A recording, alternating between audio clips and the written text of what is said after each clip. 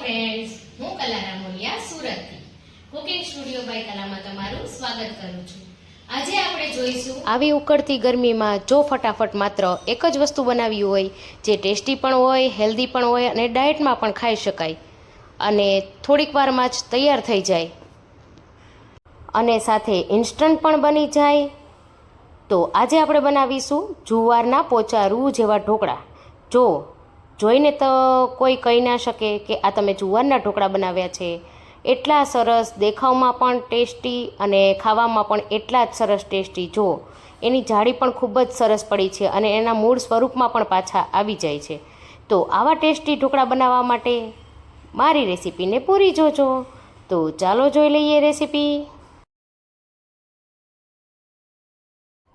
પણ હજી સુધી જો તમે મારી ચેનલને સબસ્ક્રાઈબ ના કરી હોય તો સબસ્ક્રાઈબ કરી લેજો અને બેલ આઇકન પર બટન દબાવી દેજો, જેથી મારા નવા વિડીયોની નોટિફિકેશન તમને સૌથી પહેલા મળે। તો ચાલો જોઈ લઈએ રેસીપી। તો સૌથી પહેલાં અહીંયા આપણે જુવારના ઢોકળા બનાવવા માટે 1 વાટકી જેટલો જુવારનો લોટ, 1 વાટકી ઝીણો રવો, જાડો રવો હોય તો પણ ચાલે, અડધી વાટકી ચણાનો લોટ અને અડધીથી પોણી વાટકી જેટલું દહીં લીધું છે, આદુ અને મરચી લઈ લીધા છે। તો આપણે સૌથી પહેલાં એક મિક્સચર જારમાં જુવારનો લોટ ઉમેરી દઈશું, ત્યારબાદ ચણાનો લોટ, રવો અને દહીં, ત્યારબાદ આદુ અને મરચી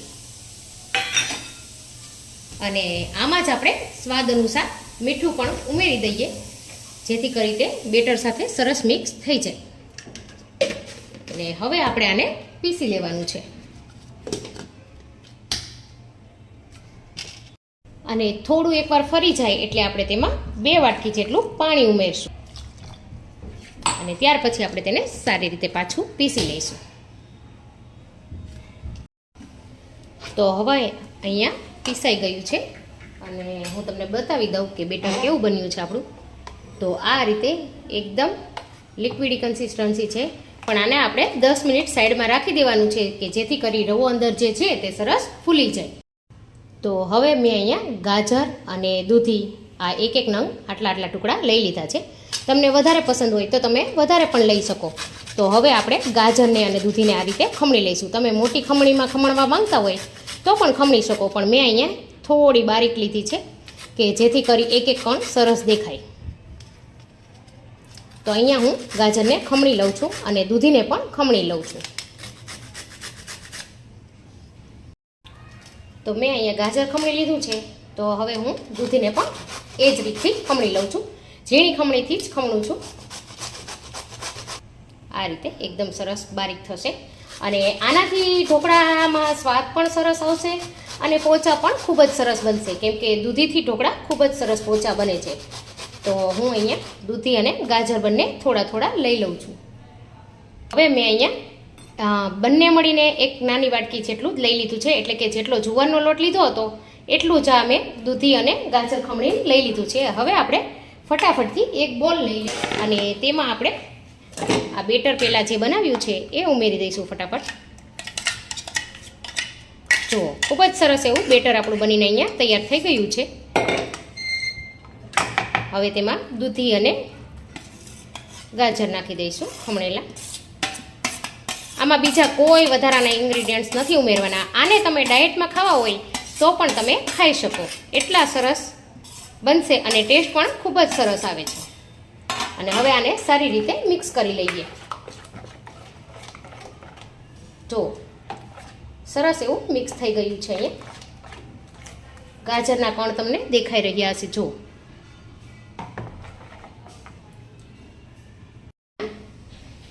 એક ઢોકળિયામાં પાણી ગરમ કરવા માટે મૂકી દીધું છે સાઈડમાં। આમાંથી આપણે 2 ડીશ બનાવવાની છે આટલામાંથી। તો હું અહીંયા અડધું બેટર અહીંયા સાઈડમાં કાઢી લઉં છું અને આ અડધા બેટરમાં આપણે સોડા ઉમેરવાના છે, પણ એ પહેલાં આપણે ડીશને ગ્રીસ કરી લેવાની છે તેલથી।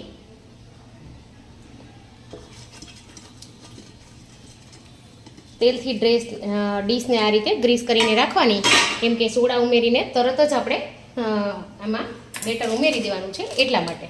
તો હવે હું તમને ચમચીના માપથી બતાવું કે કેટલા આપણે સોડા ઉમેરીએ છીએ તે. તો હું અહીંયા નાની ચમચી જ લઉં છું.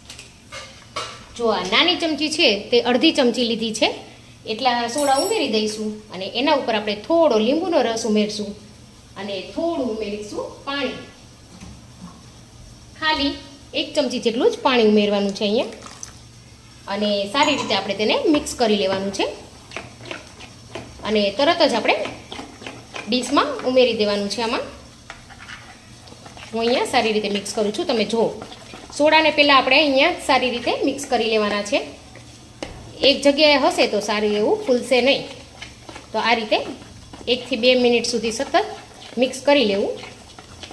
જો સરસ બબલ્સ થઈ રહ્યા છે, તમે જોઈ શકો છો નજીકથી. તો હવે હું તેને ડીશમાં ઉમેરી દઉં છું.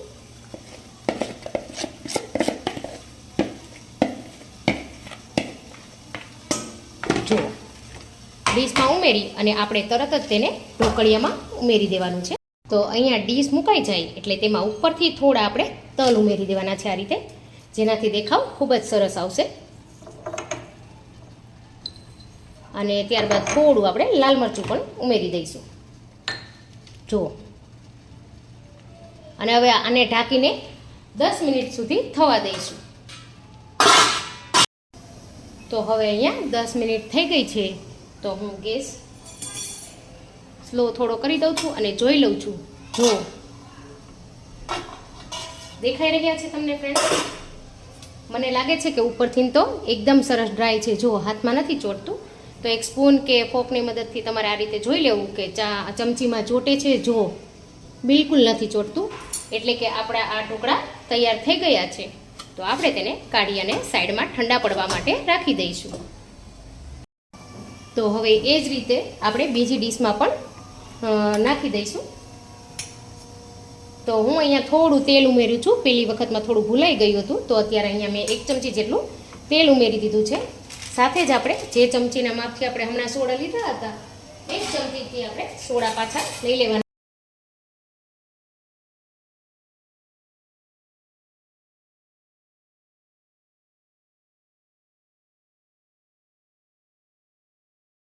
સરસ ફીણ પણ દેખાઈ રહ્યા છે. તો હું તેને ઢોકળિયામાં લઈ લઉં છું. થોડું લાલ મરચું, અને આને પણ આપણે 10 મિનિટ માટે રાખી દઈશું ઢાંકીને. તો હવે 5 મિનિટ જેટલું થઈ ગયું છે અને થોડા ઢોકળા આ રીતે અડીએ તો ઠંડા પડી ગયા છે. તો હું તેને કટ કરી લઉં છું. જો ચાકુમાં બિલકુલ નથી ચોટતું, અને આ સરસ મજાના ચાકા આવે છે. જો તમારે લેવા હોય તો હું તેની લિંક ડિસ્ક્રિપ્શનમાં આપી દઉં છું, ત્યાંથી તમે ખરીદી કરી શકો છો. અને આ ઢોકળાને તમે જો ડાયટમાં ખાવાના હોય તો આમનમ જ ખાઈ શકો છો, દહીં સાથે કે ચટણી સાથે. અને જો તમારે ડાયટમાં ના ખાવાના હોય તો આની ઉપર તમારે વઘાર રેડવું હોય તો પણ રેડી શકો, અને તેલ આ રીતે થોડું લગાવી દેવું હોય તો પણ તમે કરી શકો, કેમ કે આપણે ઓલરેડી ઉપરથી ચટણી અને તલ આ રીતે ઉમેરેલા જ છે. જો તો દેખાવ તો તેનો ખૂબ જ સરસ આવી રહ્યો છે. તો હું આ રીતે ખાલી ઓઇલ ગ્રીસ કરું છું, વધારે ઓઇલ નથી લગાવવાનું. આપણે થોડું કરી દઈએ જેથી રૂખા સુખા ના લાગે અને ખૂબ જ સરસ એવા લાગે. જો તો આને તમે ડાયટમાં તમારે ખાવા હોય તો તમે આરામથી ખાઈ શકો. તો હવે આમાંથી હું તમને પીસ કાઢીને પણ બતાવું કે આ ઢોકળા કેવા બન્યા છે.